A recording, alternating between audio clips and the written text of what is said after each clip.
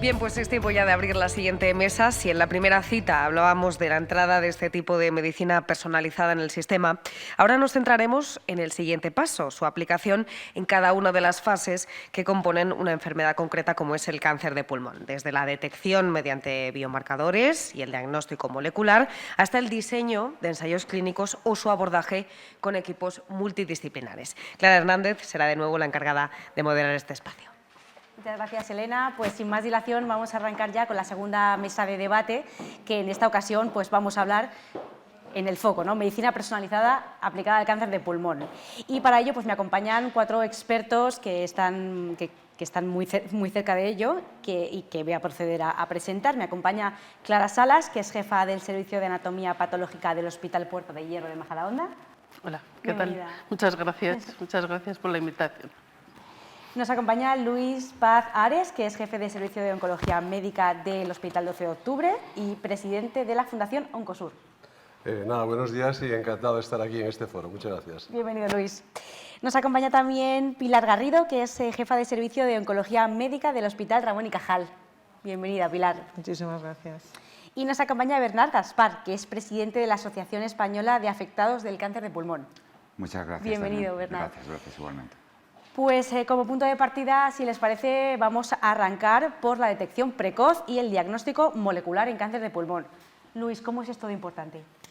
Bueno, pues es esencial. Digamos que el cáncer de pulmón es el tumor más mortal, desde luego en el mundo occidental. Cada año se mueren casi 2 millones de personas en el mundo. La razón de esta alta mortalidad para este tumor es que tiene muy alta incidencia, particularmente asociada al uso del tabaco, pero la incidencia es muy alta. El segundo problema es que la mayor parte de los casos se diagnostican demasiado tardíamente, de tal forma que no son susceptibles o candidatos a terapias locales curativas, con cirugía, radioterapia. Por ejemplo, si uno piensa en el cáncer de mama, en el cáncer de colon, los pacientes diagnosticados en estadios localizados, estadio 1, estadio 2, la mayor parte de los pacientes se curan con cirugía. Hay un pequeño porcentaje de pacientes que la enfermedad puede volver, pero la mayor parte se curan con cirugía. En nuestro caso, en el cáncer de pulmón, incluso en los estadios más precoces, que solo ocupa el 20-25% de los casos, aún después de cirugía, casi la mitad de los casos acaban fracasando por la enfermedad. O sea que necesitamos diagnosticar mucho antes esta enfermedad. Si diagnosticáramos a todos los tumores de pulmón con menos de 1 centímetro, el 90% de estos casos se curarían. Y ese es un poco lo que debe ser nuestro objetivo. Disminuir la incidencia, abandonar el tabaco y, en segundo lugar, los casos que tengan que aparecer, que los diagnosticamos tempranamente para que sean curados en la mayor proporción. También nos ayudará a sacar adelante nuevas opciones de tratamiento para la enfermedad avanzada, pero esto es esencial. Los programas de screening, ya tenemos resultados que nos indican que estos programas impactan en la supervivencia. Haciendo un TAC cada 1 o 2 años en pacientes de alto riesgo, sabemos que somos capaces de disminuir la mortalidad por cáncer de pulmón entre un 20 y un 60%, según el grupo de riesgo, la edad, etcétera, y tenemos que ser capaces de implementarlo. Ahora tenemos los datos, lo que no tenemos todavía son estos programas de implementación que les lleguen al individuo. Clara, ¿comparte usted lo mismo? Sí, bueno, claro, como no, pero yo quiero darle otra visión, puesto que soy patóloga y nosotros no tenemos la relación con el paciente, y para no repetirnos, nosotros también preferimos el diagnóstico precoz. Cuando nosotros nos enfrentamos a la muestra, es el mejor momento. La muestra está recién sacada, tiene sus propiedades más conservadas. Nosotros clínicamente conocemos el caso, lo acabamos de diagnosticar y está fresco, y también es mucho más interesante el hacer todo del tirón, ¿no? No solamente el diagnóstico y la inmunohistoquímica precisa para hacer el diagnóstico, sino el resto de patología molecular que se puede aplicar cada vez más Y esto no solamente es satisfactorio para nosotros, sino que desde luego es muy satisfactorio para nuestros compañeros oncólogos que no están nerviosos pensando en que esta no me lo va a decir hasta que no recaiga. Y bueno, pues todos intentamos ir en la misma línea, ¿no? Compartirse. Sí, yo creo que hay otros países en los cuales ya una estrategia de cribado para individuos de riesgo se ha implementado. España no tiene una estrategia, digamos, a nivel nacional de cribado.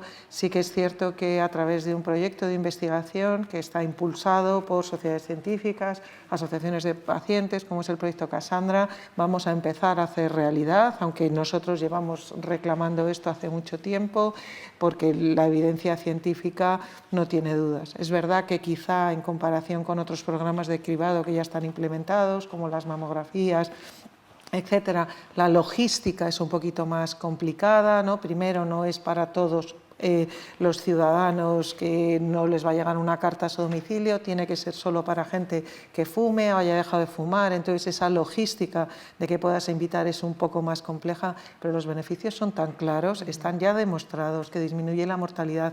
Además, ten en cuenta que los grandes fumadores, además del problema del riesgo de desarrollar un cáncer de pulmón, muchas veces tienen patología cardíaca. En nuestros programas de cribado también se ha visto en el primer estudio un 6% de disminución de mortalidad por otras causas, fundamentalmente cardíaca, porque detectas, ¿no?, problemas a las coronarias, etcétera. O sea que, digamos, estás chequeando la salud cardiopulmonar de la población de más riesgo y por muchos problemas logísticos que tenga, tenemos que estar ahí, porque es la única forma de lo que estaba diciendo Luis, ¿no?, junto con dejar de fumar o no empezar a fumar mejor y tener unas normas muy estrictas que de verdad se cumplan como país, donde se puede fumar y donde no, es decir, donde no se puede fumar, punto, que tengamos una estrategia que realmente nos permita que disminuyamos el porcentaje de estadios avanzados y tengamos más precoces.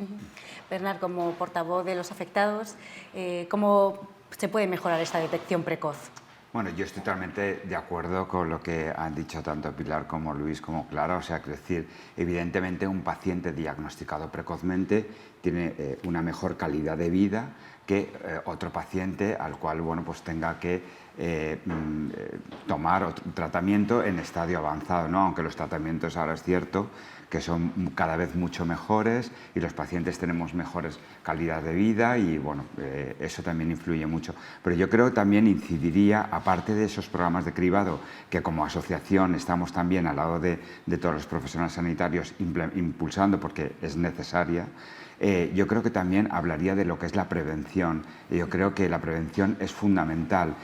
Antes, en la anterior mesa, se hablaba de que, bueno, pues que lo que hay que hacer es campañas de concienciación y más información acerca de los daños que produce el tabaco, ¿no?, unido a que nosotros, como tanto las sociedades científicas como las asociaciones que impulsamos estos diagnóstico precoz, pues podamos defender. Es que no hay ahora mismo nada en materia de prevención en España. Cada comunidad autónoma hace lo que buenamente puede, pero no hay una estrategia y yo creo que eso es fundamental, unido, por supuesto, a todas las técnicas y herramientas del diagnóstico precoz en cáncer de pulmón. Pero creo que sí, nosotros la verdad es que somos conscientes de que necesitamos ese programa de cribado ya. Le quería preguntar si, a Pilar le pregunto a usted, aunque luego todo se contribuirá a la conversación, ¿cómo ha cambiado el paradigma del cáncer de pulmón gracias al descubrimiento de los biomarcadores? Realmente ha cambiado muchísimo. Los que llevamos muchos años trabajando pues hemos tenido el privilegio de asistir a la realidad de los cambios que suponen el día a día de nuestros pacientes, las mayores innovaciones que vienen en el campo del tratamiento, por un lado la medicina personalizada y por otro lado la inmunoterapia. Digamos que en algunos tumores han tenido más éxito una estrategia que en otra. En general, en cáncer de pulmón, las dos estrategias nos han permitido individualizar subgrupos de pacientes a los que proponerles tratamientos diferentes. En algunos casos, todo esto se traduce no solamente, como siempre debe ser, ¿no?, en mejorar la calidad de vida, sino realmente diferencias de tiempo de vida muy apreciables con calidad. Por tanto, esto es algo que ha venido para quedarse, que añade mucha complejidad en el día a día, que añade la visión estratégica de cómo organizas para que todos los pacientes tengan verdaderamente acceso a todos los biomarcadores que son necesarios, sin replicar en el hospital o en el centro más pequeño, que no tiene recursos, la misma infraestructura que en uno grande, pero que el paciente que se atiende en ese centro pequeño tenga las mismas oportunidades, porque realmente es un cambio muy relevante y que no para. Es decir, realmente los que nos dedicamos a esto, cada vez se identifican más subgrupos de pacientes a los que le podemos ofrecer una aproximación terapéutica diferente, con un pronóstico diferenciado, y eso es extraordinario. Eso es pues lo que significa la innovación, ¿no? Sí, como decía en la mesa anterior, ponerles apellidos a los pacientes, ¿no? Sin duda. ¿Y cómo se está traduciendo esto de los biomarcadores que comentábamos en el pronóstico, cifras de supervivencia? ¿Tienen...? Bueno, sí, yo creo que esto es muy claro. O sea, la importancia realmente de ser capaces de identificar enfermedades diferentes dentro de enfermedades que parecen lo mismo. Por ejemplo, lo hemos hecho con las infecciones en el pasado, que hemos ido subclasificando cada infección. Por ejemplo, una gripe y una meningitis son dos infecciones y no tienen nada que ver ni en el pronóstico ni en el tratamiento una con la otra. Una neumonía vírica y una neumonía bacteriana, lo mismo, pero dentro de las neumonías bacterianas no tiene que ver una infección por neumococo con una infección por un estafilococo, por ejemplo. El tratamiento es diferente. Esto es lo que hemos sido capaces, de alguna manera, de diseccionar dentro del cáncer de pulmón, que son diferenciar subtipos diferentes de cáncer de pulmón que no tienen nada que ver unos con otros, aunque a primera vista puedan parecerse mucho unos a otros. Pero, digamos, los mecanismos de producción de la enfermedad, de crecimiento, de invasión, de capacidad de metastatización son diferentes de unos a otros. Esto, sobre todo, nos ha llevado a, si uno es capaz de conocer los genes que primigeniamente son los que inducen la carcinogénesis, los que inducen el tumor, los responsables de esta progresión del tumor, si somos capaces de atacar este mecanismo de producción del tumor, seremos más capaces de tener éxito. No solo eso, sino porque precisamente estas alteraciones genéticas son las que diferencian una célula del pulmón normal con una célula que es la que produce ese cáncer. Entonces, el ser capaz de dar un tratamiento dirigido solo a esa alteración genética solo va a afectar esencialmente a la célula cancerosa y no a la célula normal, no vamos a tener efectos secundarios, tenemos muchas posibilidades de tener mejores resultados terapéuticos. De hecho, en los ensayos clínicos típicamente que hemos hecho, cuando diferenciamos un tratamiento personalizado, lo comparamos para un subtipo de pacientes con cáncer de pulmón. Por ejemplo, los que tienen, digamos, traslocación en el gen RET, pues comparamos el tratamiento clásico, quimioterapia, versus un tratamiento con el nuevo inhibidor que solo afecta al gen RET. Y vemos que tenemos mejor eficacia terapéutica, menos efectos secundarios, mejor calidad de vida, y eso lo hemos ido replicando esencialmente con cada subgrupo de paciente. Lo mismo aplica a la inmunoterapia. Hemos ido estudiando en subgrupos de pacientes inmunoterapia sola versus quimioterapia, o quimioterapia más inmunoterapia versus quimioterapia sola. Y hemos visto que impactamos en general en la cantidad de vida y en la calidad de vida del paciente de manera global, en mayor o menor medida según el tipo de estudio. Pero a día de hoy, desde luego, es un hecho que los resultados terapéuticos mejoran. Enlazando un poco con esto, nosotros somos capaces de verlo, ver el impacto del tratamiento. Se ve en la neoadyuvancia, no solo en el pulmón, pero cuando manejas los pulmones, neoadyuvancia se hacía antes, ahora se hace además con inmunoterapia, pero los pulmones tratados y que han respondido a la inmunoterapia son unos pulmones diferentes, no pesan. El el tumor se ha convertido en una cicatriz completamente esclerosada y que puedes a veces ni siquiera encontrar y tienes que buscarla concienzudamente. Y eso, bueno, a todos te da mucha alegría, ¿no? Esto, cómo ha respondido, no solo ha respondido y eso va a ser mejor porque está demostrado que va a ser mejor para la supervivencia del paciente, sino que tú lo has tenido en tus manos y ves la diferencia. Porque, claro, no tenemos al paciente, pero tenemos su pulmón. Bueno, yo creo que también estoy totalmente de acuerdo que efectivamente la supervivencia ha incrementado en cáncer de pulmón gracias a, bueno, pues a todos los nuevos fármacos, ¿no? Y a la investigación que ha habido últimamente y a la inmunoterapia y a los tratamientos dirigidos, y nosotros lo hemos notado como asociación, o sea, la asociación de unos 5 años a esta parte es que, bueno, hemos triplicado el número de asociados y de pacientes que han llegado a la asociación con ganas de trabajar y hacer cosas por la enfermedad, ¿no? Entonces, y eso, claro, se ve reflejado claramente en el avance de los tratamientos, ¿no? Y bueno, y la calidad de vida que les ha dado, ¿no? Porque no es lo mismo un paciente, bueno, pues que con unos efectos secundarios graves que otro paciente que está tomando pues un tratamiento dirigido que tiene una calidad de vida, bueno, pues casi perfecta, no la digamos perfecta, pero sí puede hacer una vida normal, puede incluso trabajar, incorporarse al mundo laboral o incluso también pues, incorporarse a trabajar con nosotros en la asociación.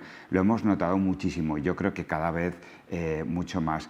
Y también la información que ahora mismo los pacientes tienen acerca de la enfermedad no es la que tenían hace años, y eso también conjuntamente con profesionales como Pilar y con Luis es fundamental que lo desarrollemos juntos, porque eso, pues eso mejora en general todo, incluso la propia enfermedad y la calidad de vida, ¿no? O sea que sí que se ha notado muchísimo. Para cerrar el debate hablaremos de qué es lo que queda por hacer, qué es lo que viene luego, pero mi siguiente pregunta es sobre el diseño. ¿Cómo ha cambiado el diseño de la medicina personalizada y el desarrollo de los ensayos clínicos en oncología?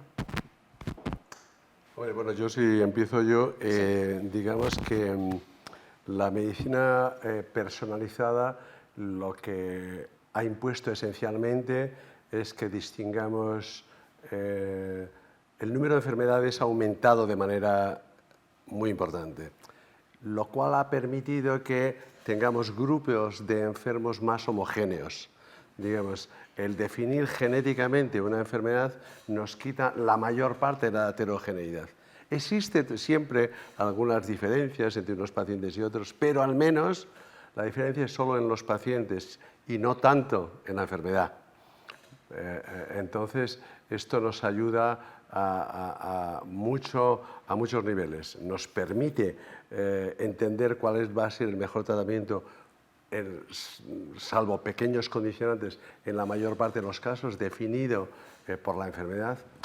Lo segundo es que antes de empezar ningún tratamiento a un paciente o ningún ensayo clínico que incluya pacientes, precisamos tener esta información molecular, sin la cual no vamos a saber guiar adecuadamente el tratamiento.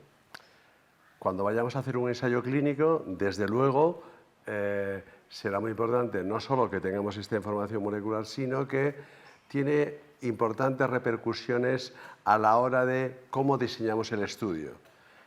Como es una enfermedad muy homogénea, muchas veces no necesitaremos grandes ensayos clínicos, porque la magnitud de la diferencia que vamos a encontrar con un nuevo tratamiento dirigido a esa enfermedad concreta va a ser mayor, por lo cual en general el número de pacientes que incluyamos será menor, y de hecho muchos de nosotros abocamos porque podamos utilizar probablemente controles históricos en estos pacientes y no necesitemos incluso ensayos aleatorizados una vez que tenemos la prueba de concepto inicial de que esa estrategia funciona en esa enfermedad concreta porque inhibimos un gen determinado. O sea que, de alguna manera, tiene un impacto enorme, tanto en el tratamiento personalizado del paciente como en el diseño de los ensayos clínicos en este contexto. Yo sí puedo añadir ahí un poco, reforzar el mensaje que está diciendo Luis, ¿no?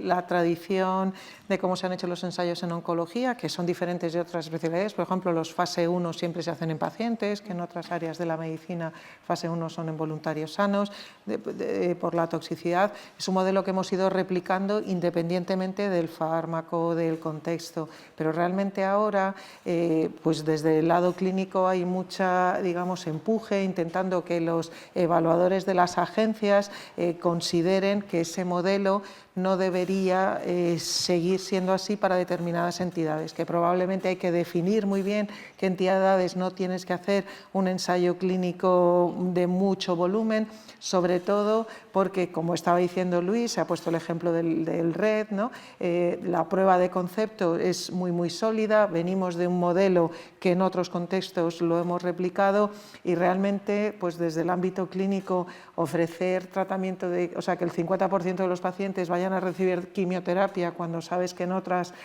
fases de otros estudios ya se ha visto que la tasa esperada de respuesta con el tratamiento dirigido es mucho más alto, pues es complicado, por un lado, y luego por otro lado son ensayos que, si son enfermedades muy poco frecuentes, cuesta muchísimo tiempo encontrar el número de pacientes en el mundo, por lo tanto se están perdiendo oportunidades para pacientes que a lo mejor no llegan a eso. Entonces, bueno, hay mucho movimiento de intentar plantearlo de otra forma, como está diciendo Luis, con los contexto histórico, pero la otra parte, que era lo que yo también quería hacer, es que luego lo que tenemos que tener es un rápido acceso a estos medicamentos. O sea, no puede ser que haya un ensayo clínico hecho con tantísimo esfuerzo y que luego, desde un punto de vista regulatorio, para que el fármaco esté disponible en España, que nos ha pasado recientemente, estemos hablando de tiempos que medimos en años.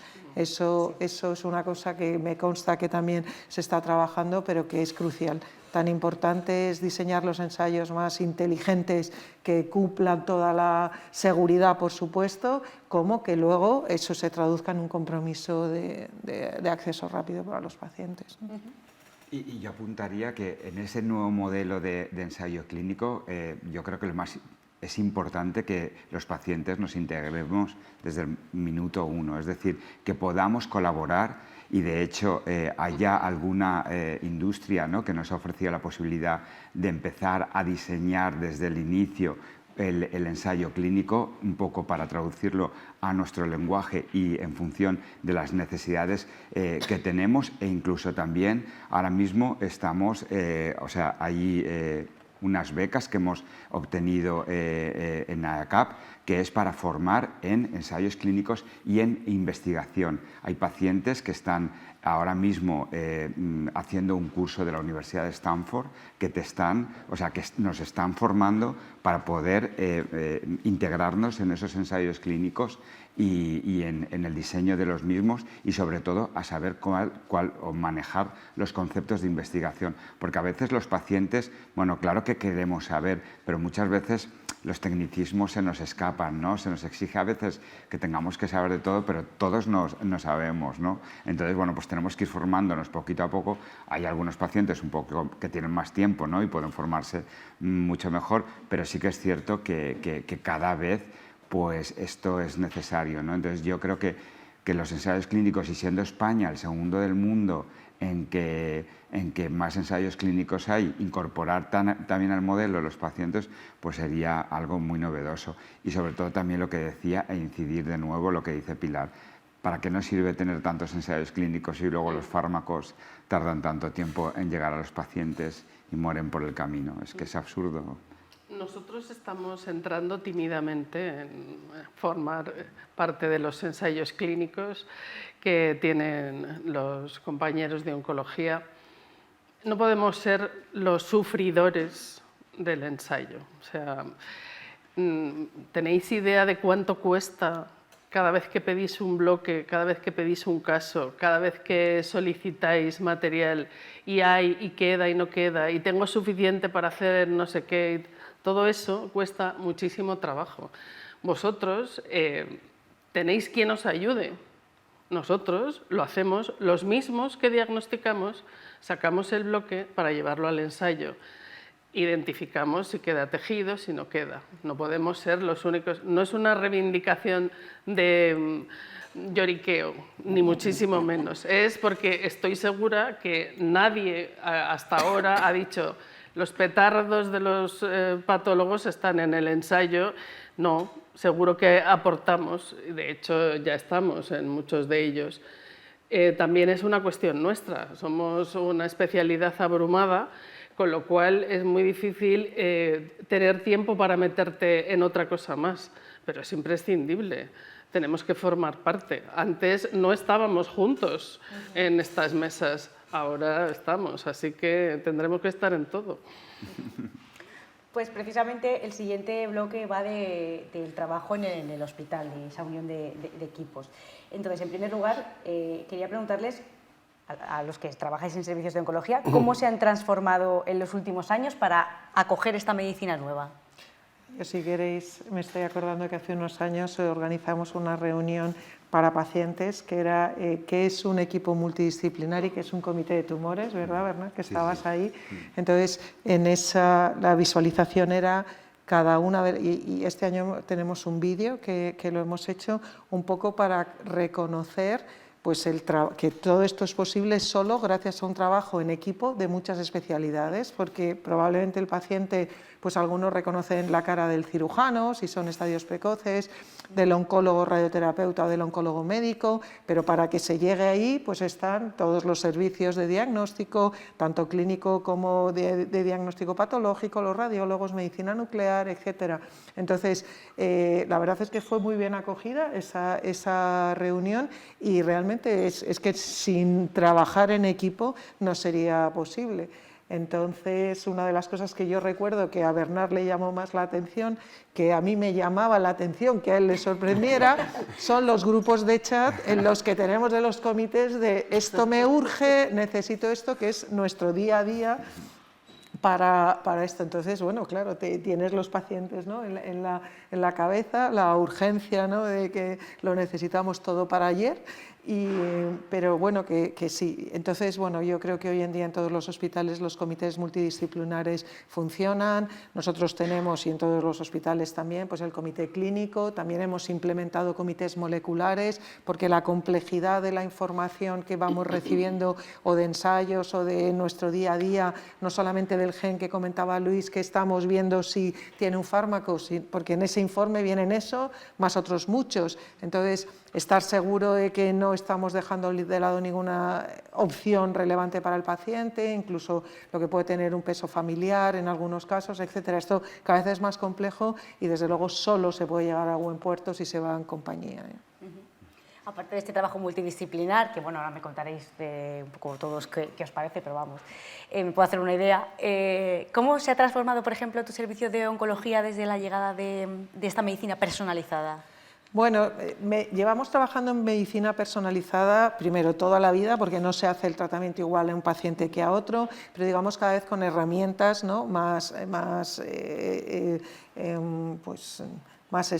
claras. Y lo que se han hecho los servicios de oncología grandes es diversificarse, es decir, hay oncólogos que solo se dedican a cáncer de mama, otros a cáncer de colon, otros a cáncer de pulmón, y sus partners, la gente con la que se relaciona, tienen la relación de equipo en el servicio de oncología, pero son más el cirujano de su área, el patólogo de su área, el radiólogo de su área, que es con quienes semanalmente tienen una reunión de donde llegan los pacientes y las complicaciones. Es verdad que después de esta organización tan transversal, luego lo que va llegando es en función de los nuevos tratamientos, el aprendizaje de nuevas toxicidades que en ocasiones requiere que empieces líneas de colaboración con otras especialidades que antes no tenías, ¿no? Con la inmunoterapia pues empezaron a llegar pues muchas toxicidades endocrinas, por decir así, hipofisitis, etcétera, o cardíacas o de otro tipo, y entonces cada nueva oleada de medicina personalizada, de tratamientos nuevos, lo que nos pone es en la situación de compartir también nuevas toxicidades y ampliar esta familia de colaboración. Pero yo creo que en la mayoría de servicios, vamos, casi te diría que en el 99% hoy en día los oncólogos están especializados, como lo están los patólogos, los radiólogos y otros especialistas, porque no llegas a todo y porque vas a tener una mejor atención a tu paciente si eres experto en ese tema, ¿no? Claro, súper, tiene toda la lógica. Luis, en su servicio, ¿cómo ha sido esa transformación? Aunque, bueno, como dice Pilar, ya la medicina personalizada ha estado mucho tiempo. Sí, bueno, yo creo que realmente la adaptación de la estructura del servicio, el funcionamiento, tiene que ver con el avance en el conocimiento de la enfermedad. Hoy sería difícil pensar que un paciente con un tumor lo trate un médico.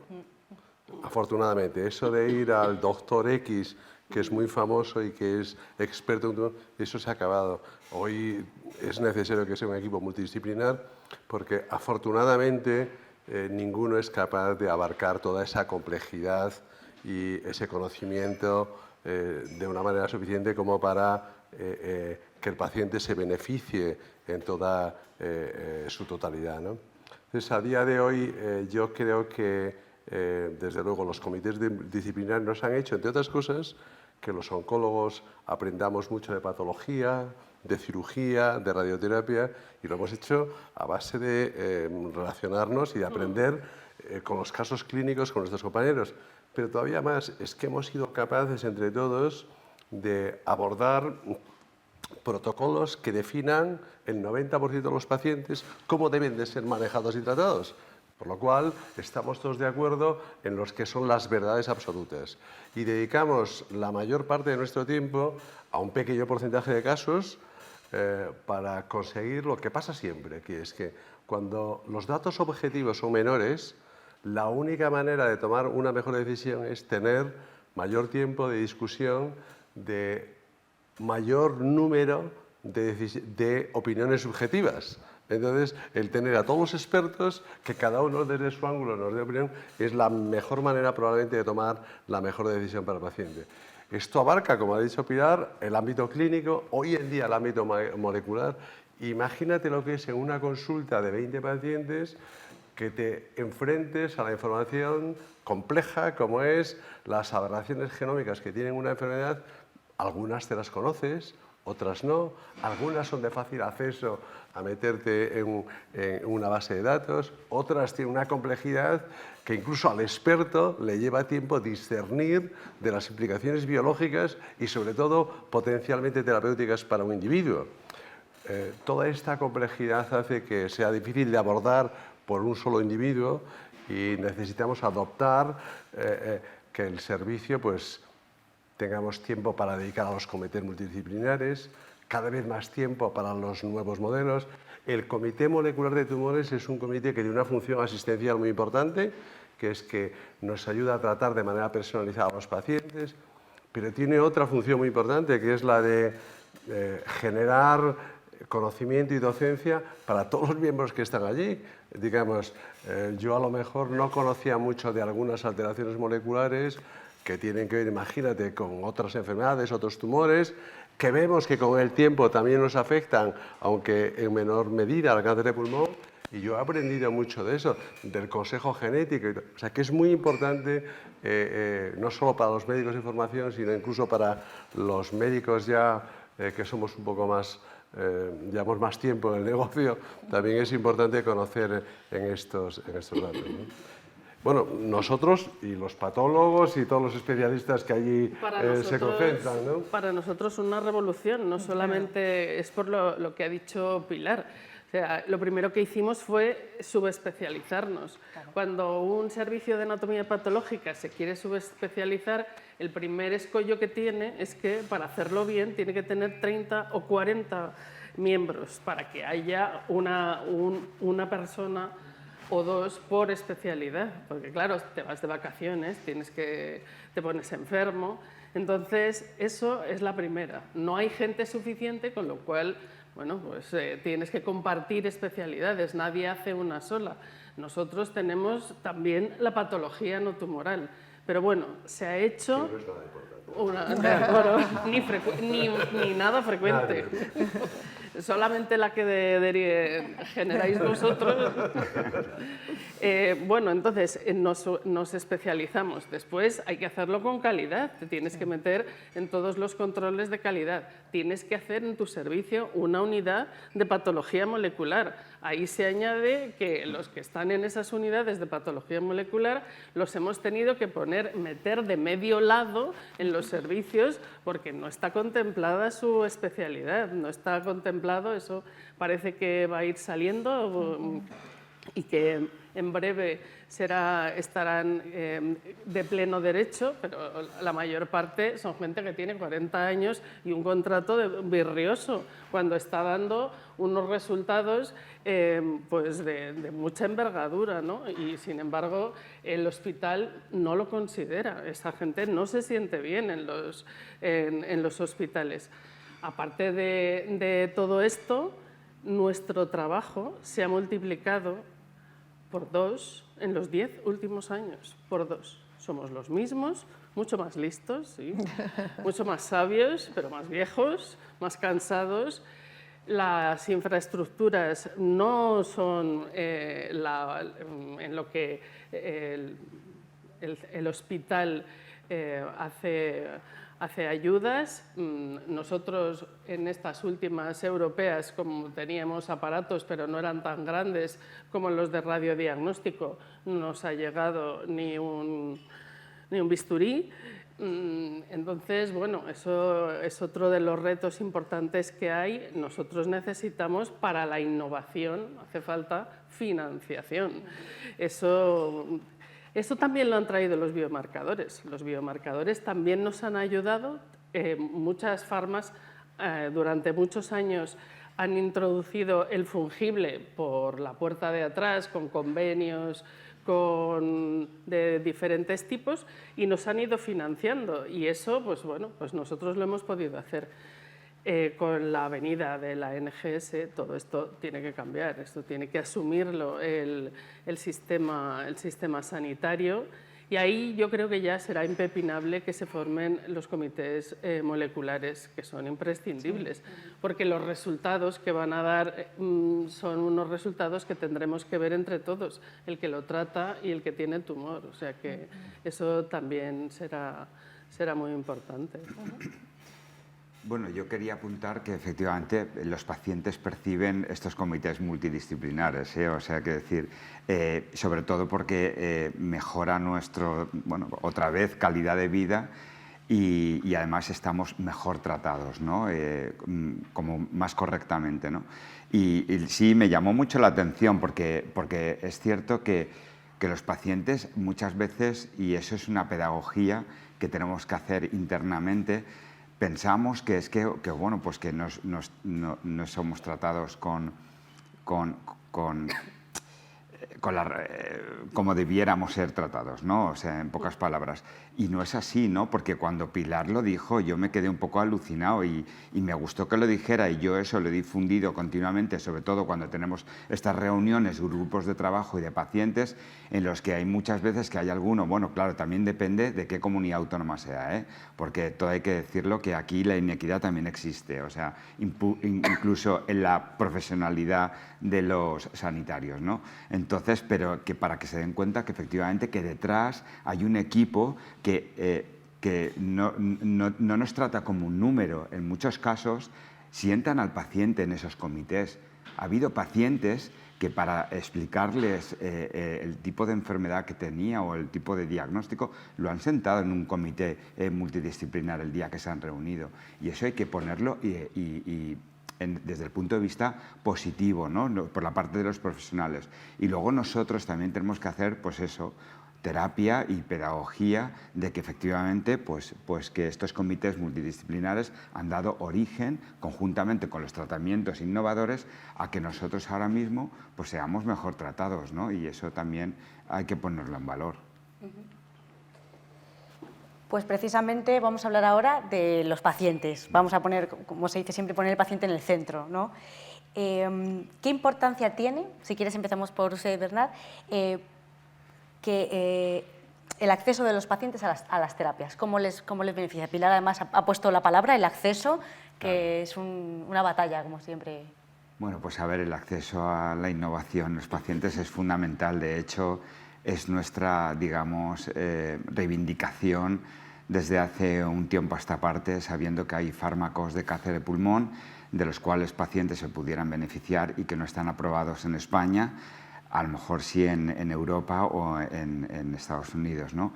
Y sabemos que muchos profesionales nos dan los tratamientos porque se buscan la vida, no porque realmente les den la posibilidad o los recursos para tener ese tratamiento en su hospital o en su comunidad autónoma. Y claro que es fundamental, en cáncer de pulmón cada 20 minutos muere una persona, o sea, quiero decir, y sabemos que hay tratamientos para determinados tipos de biomarcadores que aunque el número de pacientes se ha reducido, pero funcionan y pudieran ser aprobados aquí en España porque están aprobados en Italia, en Francia y en Alemania. O sea que, ¿y por qué un profesional como Pilar o Luis, sabiendo que hay un tratamiento en Alemania de un paciente que tienen sentado ahí enfrente y le tienen que decir, es caso hipotético, que no pueden darle ese tratamiento porque no está aprobado? Pues el drama es considerable, ¿no? Entonces, hay comunidades autónomas que te lo ofrecen la posibilidad y el paciente recibe este tratamiento, pero hay otras comunidades autónomas que se niegan en rotundo. Incluso el propio profesional es incapaz de dar un paso o avanzar en para buscar el tratamiento para el paciente. Y claro, eso los pacientes lo vivimos de una forma pues, dramática, y por eso nosotros estamos ahora mismo en una, digamos, continua ronda de incidencia política, sobre todo para que los políticos que también, o las administraciones, vean que tienen que apoyar a aquellos profesionales que quieren darnos esos tratamientos y no pueden, para que esa comunidad autónoma pues dé acceso a la innovación a los pacientes como nos merecemos, y poco a poco y llevar eso al Consejo Interterritorial. Y no solo una comunidad autónoma, sino todas que se unan y efectivamente defiendan que no se puede tener en España un retraso de más de 600 días en el acceso a la innovación para determinados fármacos. No se puede cuando hay fármacos aprobados en otras instancias, Europa o América.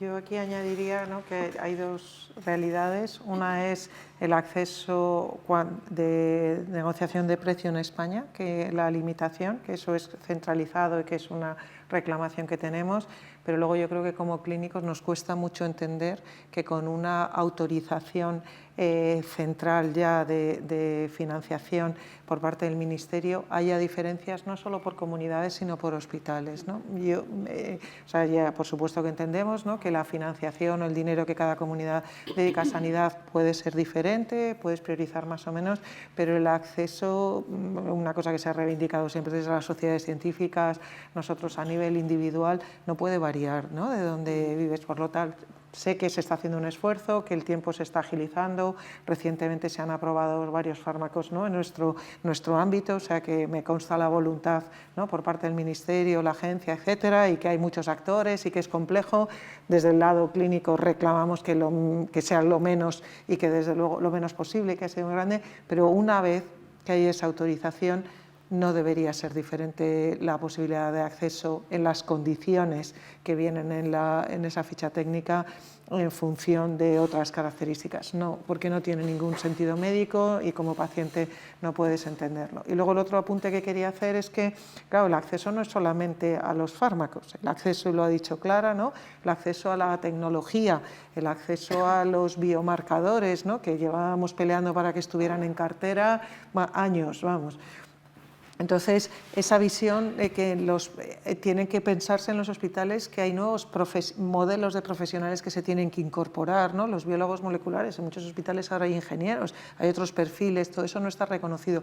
Todo eso forma parte de lo que es la medicina de esta parte del siglo XXI y realmente pues, nos vemos muy constreñidos en muchos ámbitos. Desde luego, desde el lado del paciente, lo urgente es que tenga acceso al medicamento, pero también al diagnóstico, porque si no tienes acceso al diagnóstico no necesitas el medicamento.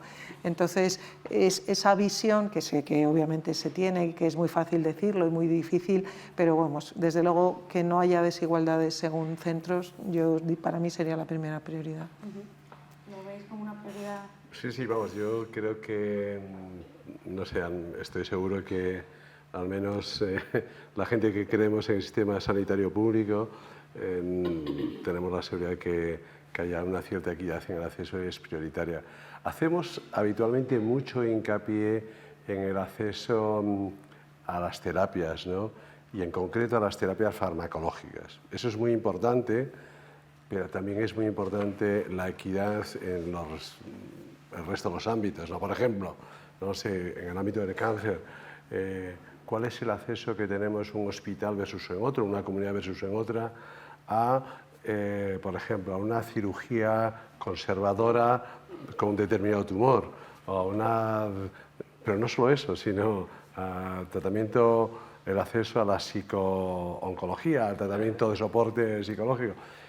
Más todavía, ¿cuál es el acceso que tenemos o que tienen nuestros pacientes en los diferentes ámbitos a un apoyo sociosanitario, a un apoyo a la reinserción, al mundo laboral, etc.? O sea que esta equidad abarca, digamos, 360 muchos aspectos, ¿no?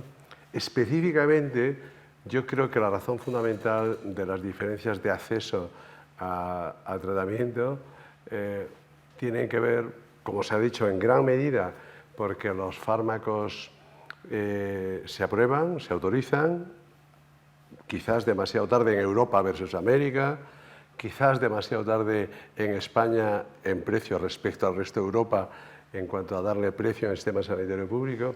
Luego hay muchas diferencias difíciles de entender entre comunidades. Ponemos 200 compuertas que no tienen mucho sentido, incluyendo compuertas diferentes de un hospital versus otro dentro de una misma ciudad. Pero luego, aparte de eso, es que para tratar a un paciente, en el ámbito de la medicina personalizada hay que diagnosticarle.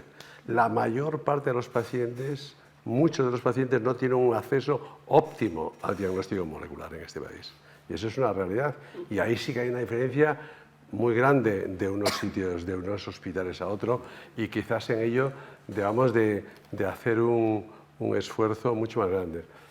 Pero aparte de eso, para patologías como las oncológicas de alta complejidad, probablemente nos hemos esforzado mucho en los últimos años en llevar el acceso al mundo sanitario a la cercanía del paciente y nos hemos olvidado de permitir el acceso a todos los pacientes a los centros de alta complejidad. Entre otras cosas, porque como no concentremos algún tipo de patología, nunca seremos expertos. Nunca. Por ejemplo, si alguien a mí me preguntara hoy en día ¿cuántos centros tenemos en el país óptimos para el tratamiento de, no sé, el cáncer de esófago? Seguro que hay unos cuantos, pero seguro que podrían ser mejores si trataran muchos más pacientes. Lo digo que es una patología infrecuente, ¿no? Y esto nos pasa también con la cardiovascular, con la... No es solo el oncológico. Son los resultados. Y ese es otro ámbito. Resultados en salud, que es algo que en este país no le hemos prestado probablemente mucha relevancia, y hacer accesibles esos resultados a los pacientes, a la sociedad. Claro. Porque en el fondo, esto, cuando uno se va a comprar un coche, va a preguntar a un concesionario y a otro, y dos marcas diferentes, o tres o cuatro. No debía de ser una locura que un paciente mirara cuántos tumores se tratan en tal centro y qué resultados tienes, igual que para una cirugía cardiovascular o de prótesis de cadera o lo que sea. Que desde luego sería muy importante que tengan acceso también a ese conocimiento para que el paciente participe más activamente en la toma de decisiones. O sea que este tratamiento personalizado debemos de tener en cuenta los dos ámbitos, el paciente y el médico, bueno, el sistema sanitario. El conocimiento es fundamental, dónde se hace, quién lo hace y qué resultados tiene. En el ejemplo que has puesto del cáncer de esófago, lo dices porque no es el común del colon, o los tumores cerebrales, todo eso es lo mismo. Y los resultados de los biomarcadores, ¿cómo está Europa? ¿Cuántos biomarcadores? ¿Cuál es el porcentaje en Holanda? ¿Cuál es el porcentaje de ALK positivo en España? Es que ni siquiera sabemos eso. Ahora, desde la Sociedad Española de Anatomía Patológica puso mucho empeño en que, con ayuda nuevamente de las farmas, en que esto se conociese. Se van a hacer ampliaciones para el cáncer de pulmón y en breve lo pondremos en circulación. Pero bueno, hay que conocer los resultados de todo.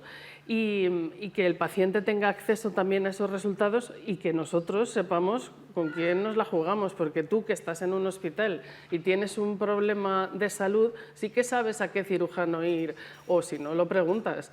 Pues bueno, si eso fuera transparente y eso se hiciera, lo que pasa es que eso sí que es un cambio de paradigma. O sea, el que haya en red ese conocimiento y que se diga, bueno, ¿quién sabe diagnosticar biopsias renales?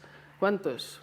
¿Cuántos van a dejar de diagnosticar biopsias renales en su centro porque no tiene las técnicas que tiene que tener o porque no tiene el conocimiento, porque son muy escasas en ese centro y las tiene que enviar a otro sitio? A ver, eso levanta muchas ampollas dentro del sistema. Aunque, bueno, así se crean las necesidades, diciendo que hay que crearlas y es imprescindible. Nosotros, por ejemplo, presentaremos los resultados en el mes de enero. Hemos estado haciendo un estudio, hemos cogido 4 comunidades autónomas, un poco de forma aleatoria en España, de qué percepción tenemos los pacientes sobre el diagnóstico molecular. Y, a ver, son Extremadura, Cantabria, Andalucía y Cataluña, ¿no? Entonces, bueno, así en breve, conclusiones. Pues lo primero, que efectivamente los pacientes sí que han sido diagnosticados molecularmente, pero lo que falla es la información y la formación que tienen acerca de lo que es un diagnóstico molecular. Muchos pacientes sí que han contestado a la encuesta de que sí que se les ha realizado, pero no tienen ni idea de lo que es, ¿no? Entonces, eso, digamos, es una conclusión. Luego, otra conclusión es en los tiempos, ¿no? O sea, quiero decir, cuánto tiempo en tener un diagnóstico molecular, que también yo creo que ahí sería fundamental y reducirlos. Y por último, también el tipo de tecnología utilizada y la formación del personal que está elaborando o que tiene que incorporarse a elaborar ese diagnóstico molecular. La verdad es que pensábamos que quizá en muchas comunidades autónomas no se estuviera haciendo, pero sí que se hace, los pacientes lo saben, pero no saben, les falta. Entonces, todo eso también, desde el punto de vista de los pacientes, tenemos que mejorarlos. Ahora, por ejemplo, pues como ha dicho Pilar, ya tenemos biomarcadores en la cartera nacional de servicios, menos mal, pero bueno, ahora falta pues que las... Ya, claro, sí, eso es lo más importante. Bueno, en 2022 dio el Estado 40 millones de euros. Este año creo que ha dado 50 millones. Esperemos que, bueno, que poco a poco pues las comunidades autónomas, como se comentaba antes en la mesa redonda anterior, efectivamente tengan la capacidad de ponerse al mismo nivel. Si no, esto todavía va a generar más inequidades. De todas maneras, perdona, yo creo que una cosa muy importante, igual que cribado en cáncer de pulmón no es hacerse un TAC, diagnóstico molecular no es tener un informe que te diga un test. Y se lo han comentado tanto Clara como Luis, es que haya un equipo detrás, porque tú puedes, de los genes que ahí aparecen, identificar, sobre todo si no tiene o si tiene 3, 4, 5, 6, pero ahí hay mucha más información. Entonces, a mí me preocupa que en muchas ocasiones, incluso nosotros, cuando hacemos encuesta, digamos, ¿tienes acceso al diagnóstico molecular? Sí, pero lo que se está diciendo, que en qué calidad, quién ha firmado ese informe, quién evalúa que de ahí no hay nada que rascar o cuál es el tratamiento. Entonces, esto es mucho más complejo que no hacer una técnica, que lo mismo, en el cribado no es hacer un TAC, es, vale, y el radiólogo tiene que ser experto, y lo que vaya a encontrar hay que tomar una decisión si tiene que ir a quirófano, si tiene que repetirse un TAC en tal tiempo, en otro, o sea, es mucho más complejo que la técnica en sí, y no necesariamente siempre, o por cómo hacemos las preguntas, o por, desde luego, el desconocimiento, la información que tenemos, en realidad nos responde bien a la pregunta que tenemos en la cabeza, ¿no? Bueno, y que no solamente los pacientes tienen que tener la información y la educación sanitaria, es el resto de la población, porque es increíble cómo muchas veces en un comité de tumores tiene un tumor en el pulmón y otro, pero el paciente nos ha dicho que le operaron de un riñón, pero no sabe qué tipo. Y dices, no, esto... Y le dices, pero no has insistido en qué tipo, al neumólogo o a quien sea. Bueno, es que el paciente no lo sabe y, sin embargo, sabe diferenciar lo que es una hipoteca en variable o en fijo y no sabe el nombre de su tumor. Eso no puede ser. O sea, sí la población tiene que concienciarse también.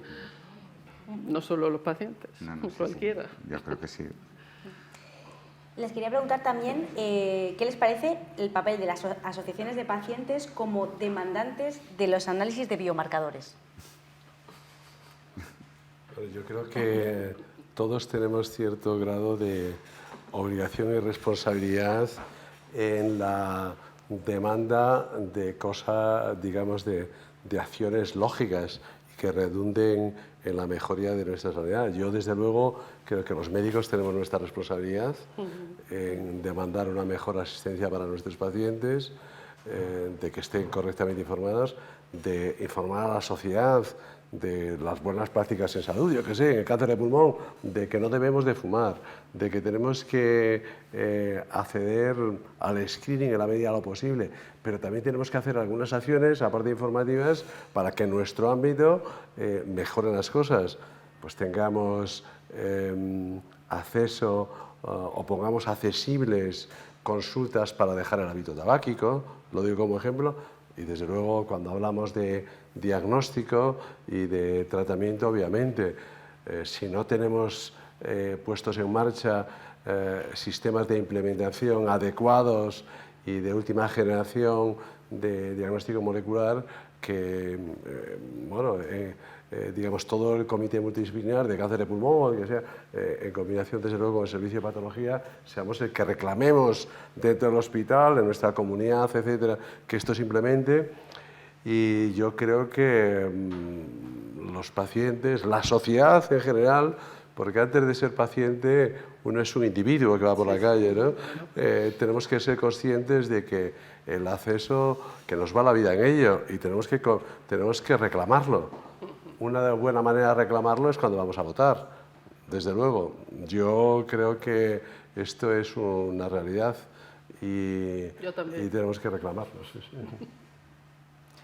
Bueno, yo creo que las asociaciones de pacientes son fundamentales y que muchas veces, teniendo en cuenta objetivos comunes, accedemos a distintos ámbitos y, por tanto, sumamos esfuerzos, ¿no? Es decir, hay determinados ámbitos que son más profesionales quizás y parece que se tiene más en cuenta, aunque eso también está cambiando, la voz de profesional, pero sin duda hay determinados ámbitos en los que se va a escuchar mucho más la voz de los profesionales, de los pacientes, y va a llegar antes ese mismo objetivo. Por lo tanto, es sumatorio y es importante. Yo creo que una cosa doble, histórica, que pasó en el ámbito del cáncer de pulmón. Por un lado, antes, ¿no?, la expectativa de vida era más limitada y luego muchos pacientes tenían la sensación de culpabilidad, el estigma de que ellos habían buscado esta enfermedad y como que no se buscaba ni desde el punto de vista de la asociación ni de reclamar nada, ¿no? Estaban un poco pues anclados entre que la enfermedad no va a ir bien y yo además me lo he buscado, pues la boca callada.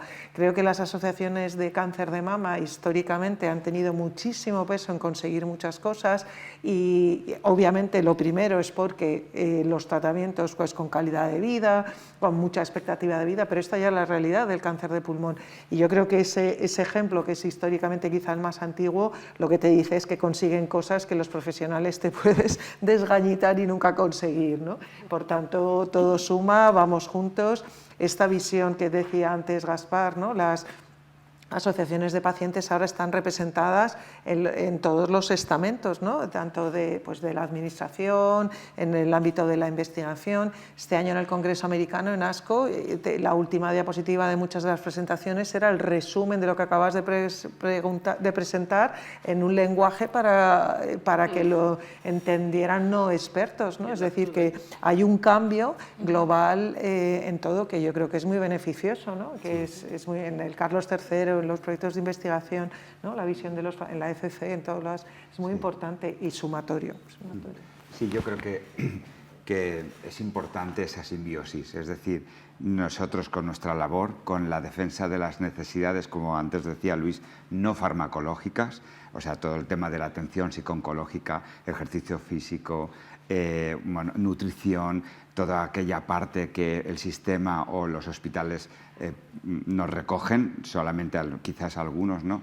Pues nosotros en esa parte lo tenemos claro y lo hacemos con nuestro trabajo diario, pero yo creo que también la posibilidad ahora mismo de, como asociación de cáncer de pulmón, ¿no? De un tiempo a esta parte, que esa visibilidad que ahora tenemos, que estamos en todos los estamentos. Este año por primera vez hemos estado en ESMO nosotros, hemos estado en el Congreso de Biopsia Líquida, es decir, estamos planteándonos ya el año que viene intentar estar en ASCO, o sea, es decir, ya un poco con la posibilidad de que gracias a, pues eso, a la supervivencia y a pacientes que cada vez tienen, digamos, menos estigma o les apetece más decir, tengo un cáncer de pulmón y entonces soy más visible y quiero hacer cosas por la enfermedad.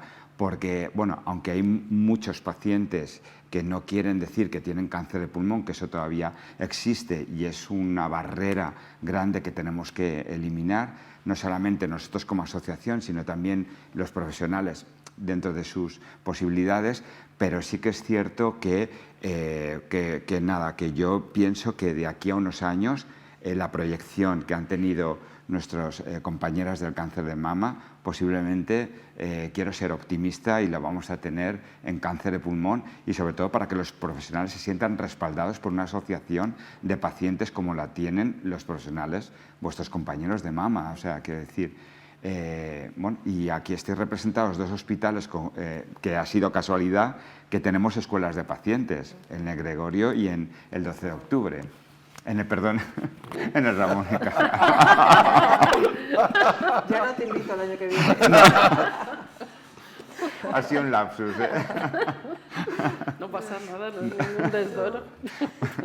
Bueno, pues nada, pues eso, que sí, que yo creo que esa simbiosis es fundamental. Pues por último vamos a hablar de retos, aunque ya hemos hablado de muchos, de acceso, de más protagonismo de pacientes, y me gustaría que cada uno de ustedes pues dijese los retos más prioritarios que vienen a partir de ahora. Pues mira, yo creo que el más importante, perdona que me huele, el más importante en esta enfermedad es que seamos capaces de disminuir la incidencia. Todo esto va a mejorar mucho, tenemos que sacar nuevos tratamientos, conseguir que los nuevos tratamientos lleguen a los pacientes y tal, pero realmente si quitamos el tabaco, quitaremos casi el 90% de sufrimiento por cáncer de pulmón. Aparte de mucho beneficio en evitar sufrimiento en otros tumores y el beneficio en salud respiratoria, cardiovascular, etc. Por lo cual, yo creo que este debe de ser un esfuerzo muy importante.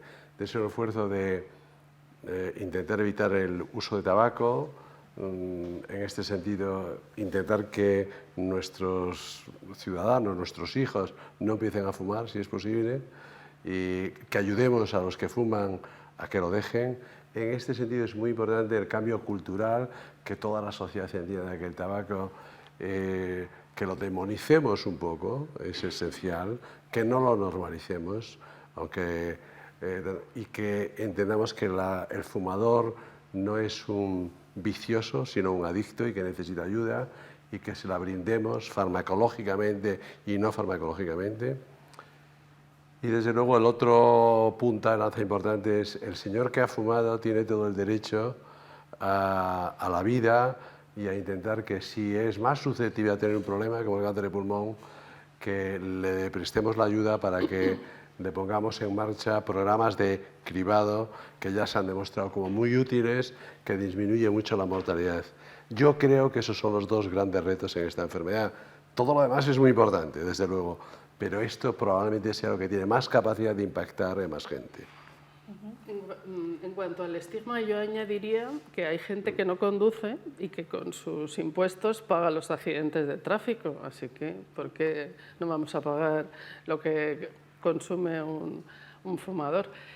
Y en cuanto a los retos de los patólogos, bueno, yo creo que son el implementar la NGS, el ser más reproducibles, y para eso es preciso la digitalización y la ayuda de la inteligencia artificial, y desde luego que todo eso está muy bien, pero seguimos en servicios que funcionan como hace 50 años y algunos con aparatos que nos fuimos a un hospital y ese hospital era todo nuevo, pero la obsolescencia está ahí y ahora ya está todo viejo. Y eso hay que cambiarlo. Sin un buen bloque de parafina no hay un buen diagnóstico tampoco. Así que, una vez más, esos son los retos. Modernizarnos, innovar, financiación. En el hospital de Pilar todavía tienen los microscopios de Ramón y Cajal. Claro, porque son el Gregorio Marañón. Ay, qué tonta me he caído. Les ha servido por el chascarrillo. A ver, yo iba a decir también el tabaco, porque me parece fundamental. Desde luego he leído, ¿no?, en algún sitio que la ministra quería, por favor, nos va a tener a todos los profesionales ahí de apoyo, porque culturalmente, sea o no, yo recuerdo la época en la que salía la ley de tabaco, el debate que había, que luego no fue tal debate, que no era ningún problema, pero luego se ha relajado mucho. Ahora esto de las terrazas cerradas, perdón, que es al aire libre, son cerradas, no es verdad. Y por tanto, vamos, desde aquí animo a que se tome eso muy en serio, que se incluya el vapeo. Realmente en algunos países, casi un tercio, países europeos, casi un tercio de los adolescentes están vapeando. Aparte del daño en sí, pues es que vuelven a normalizar el tema del tabaco, de la visualización, y por tanto yo en ese tema también sería tremendamente estricta. Y además, como ya se ha dicho, ¿no?, pues vamos a por esta generación sin tabaco, el End on Game, todas estas a por ello. Y lo otro que yo creo que es un reto súper importante también es el tema de la financiación. No estoy hablando de los fármacos, estoy hablando de la financiación de la sanidad. Tiene que tener una financiación suficiente y realmente pensar en esa financiación no es pensar lo que cuestan los fármacos de la innovación. Esto es mucho más complejo, seguramente es muy ineficiente. Ponía el ejemplo Luis, ¿no? Si no se opera un paciente en un sitio en el que haya expertise, va a recaer, ese paciente ya está costando mucho más dinero. Analicemos las cosas, perdón por hablar en términos de un paciente que recae, de que cuesta más dinero, ¿no?, que obviamente de todo seguramente que no es lo más seguro, que no es lo más importante, pero desde el punto de vista de financiación se pone el foco siempre en los fármacos innovadores, que yo no digo que no haya que ponerlo, pero a la velocidad de escalada que vamos, esperando que el número de pacientes oncológicos se va a multiplicar por 2, que lo sabemos, de todo, esto no va a ser sostenible. Por lo tanto, lo tenemos que hacer sostenible y seguramente para, bueno, pues no sé, también hay que plantear a lo mejor si la financiación del cáncer tiene que ser finalista, no sé, hay mucho debate aquí que hablar, pero para mí el mayor reto va a ser si esto va a ser sostenible. Bueno, yo totalmente avalo lo que han dicho los tres. Aparte yo, uno de los retos es la visibilidad del cáncer de pulmón, visibilizar la cara amable del cáncer, ¿no?, y por supuesto la desestigmatización, y que cáncer de pulmón no es muerte, como ahora mismo o hace tiempo se tenía asociado. Es decir, tenemos que concienciar de que el cáncer de pulmón solamente lo podemos tener las personas simplemente por tener 2 pulmones, nada más. Claro que si fumas probablemente tengas mucho más riesgo, pero hoy, incluso con diagnósticos de pacientes que no han fumado en su vida, simplemente con tener 2 pulmones puedes tener cáncer de pulmón. Pues todo eso es lo que tenemos que hacer, ¿no? Unido a las políticas, a mayor financiación, ojalá la ministra, que también lo he escuchado yo, ponga límite y coto al tabaquismo, porque la verdad es que no se puede entender que hoy por hoy el tabaco sea más barato en España que en otros países, y se sabe cuáles son las barreras que han dado resultados para eso, y una vez tengamos todo esto, pues el cáncer de pulmón, en vez de ser una enfermedad ahora con una alta tasa de mortalidad, será una enfermedad rara. Muchas gracias. Creo que hay una pregunta del público. Gracias y enhorabuena a los 4 ponentes. Yo quería preguntarles, tenemos a 3 clínicos de grandes hospitales de Madrid, el Ramón y Cajal, el 12 de octubre y el Puerta de Hierro. Y hablaba antes la doctora Garrido de esas posibles inequidades, no solo entre comunidades autónomas, que antes en la mesa previa había 4 representantes de comunidades autónomas y hablaban de esas posibles diferencias, ¿no?, en el acceso a tratamientos y en cómo se está abordando el tratamiento del enfermo oncológico, sino dentro de los propios grandes hospitales, como es el caso de los que aquí están representados. ¿Existen diferencias? Un paciente debería, como también ha dicho antes el doctor Pazares, saber si en este hospital están teniendo mejores resultados los pacientes que ingresan por un determinado tipo de tumor. Y los propios profesionales de los centros saben si se están aplicando las mismas terapias o los mismos tratamientos en un hospital grande que en otro. ¿Cómo fluye la información entre los propios hospitales? Yo creo que no tenemos datos objetivos para saber cuáles son nuestros resultados, ¿no? Tienes siempre pues, la percepción, normalmente cuando te reúnes con colegas de tu misma subespecialización, de las cosas a las que tienes acceso, pero yo creo que todo se basa en percepciones y lo que estamos reclamando son datos, ¿no? Es decir, hacer análisis, pues igual que cuando te acreditas, alguien tiene que verificar, ¿no? Se te hacen unas preguntas, tienes que responder y alguien verifica que eso es correcto. Yo creo que la única forma de contestar correctamente a esa pregunta sería en base a datos. Lo que sí sabemos, por ejemplo, que es diferente, pero eso es bueno que sea diferente, es que tenemos distintos ensayos clínicos. Y digo que es bueno porque a veces una de las cosas que sucede es que nos abren el mismo ensayo en muchos hospitales y seguramente Madrid, que es una comunidad en la que pues, físicamente los grandes hospitales están en un territorio pequeño, que la relación profesional es magnífica de unos con otros, pues sería quizá más fácil, ¿no? Y no hay problemas de que un paciente se vea en un hospital o en otro, se podría incluso mejorar. Pero si somos conscientes y a veces pues lo que hace es la llamada, oye, tengo esta situación, yo no tengo un ensayo en este contexto, creo que tú sí, pero eso digamos que es una heterogeneidad buena, ¿no? De la, entre comillas, mala de yo tengo acceso a una cosa o no, y yo creo que sin datos yo no me atrevo a decir. No sé qué opináis.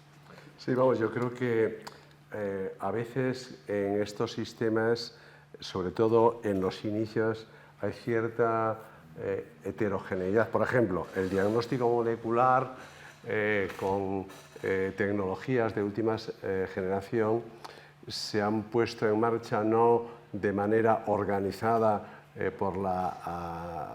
modo centralizado en toda la comunidad, pero pasa con esto igual que, yo que sé, cuando se trajo los primeros PET o los primeros resonancias de última generación y se empieza por algunos centros tienen una iniciativa en una enfermedad, en un departamento, en otros centros lo tienen en otro.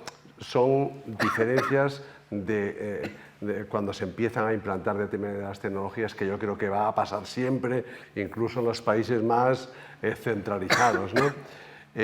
Hay algunas otras diferencias, seguro, en el acceso a fármacos por decisiones que tomamos en los departamentos, que pensamos que es más importante una cosa u otra. A veces, esto es indiscutible. Aún así, yo tengo la impresión de que no existen marcadas diferencias. Yo he vivido en otras comunidades donde en la misma ciudad había muchas diferencias de un hospital a otro. Esto es la realidad en este país. No estoy tan seguro aquí, aunque en gran medida, como decía Pilar, tenemos muy pocos datos. Tenemos muy pocos datos, sobre todo finalistas, de resultados en salud, como para poder responder con seguridad. No solo resultados de salud, sino en cosas como...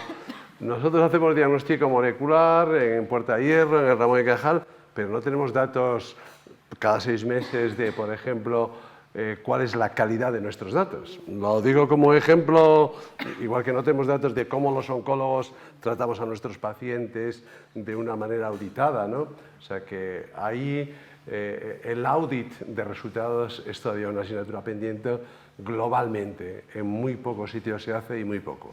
Yo creo que las sociedades científicas de cada una deben tomar partido en esto. Es muy importante que se haga un mapa, que la SEA diga en cuántos centros se hace biología molecular y qué tipo de biología molecular, quién tiene digitalización, quién no tiene, y que estos datos sean transparentes. Y luego, bueno, pues nosotros de vez en cuando tenemos la sorpresa de era una LK positivo y vienen y te dicen, pues no has respondido, mira, ahí tienes un buen control de calidad. ¿Qué ha pasado? Eso es otro debate. Sí, lo malo de las encuestas es que la aguantan todos. Las auditorías siempre tienen luego al final nos da una foto un poco más precisa de lo que es la realidad. O auditorías, bueno, lo que sea. Quiero decir que con los resultados en salud es importante que sean auditables los resultados relevantes, ¿no? Claro. Porque si no es difícil. Bueno, pero es que ni siquiera sabemos los simples. Sí, sí. Y luego, de todas maneras, ahondando un poco en esta pregunta, también hay hospitales de distinto nivel de complejidad y los pacientes se tratan, ya sea una enfermedad o pacientes oncológicos muy corriente, muy frecuente estadísticamente o muy infrecuente, no está eso nada organizado. Por lo tanto, yo creo que Luis lo que está hablando sobre todo en la cabeza son de hospitales de un determinado nivel, pero en Madrid y en otras comunidades hay con otras menor complejidad y sin embargo no hay directrices de qué se puede o qué se debe tratar, y ya no estoy hablando solo del ámbito de oncología médica, que acceso a oncología radioterápica, tecnología, tipo de cirugía, etcétera. O sea que seguramente que en la Comunidad de Madrid sí que hay diferencias comparando niveles, ¿no? También. Sí, yo creo que sí que hay diferencias.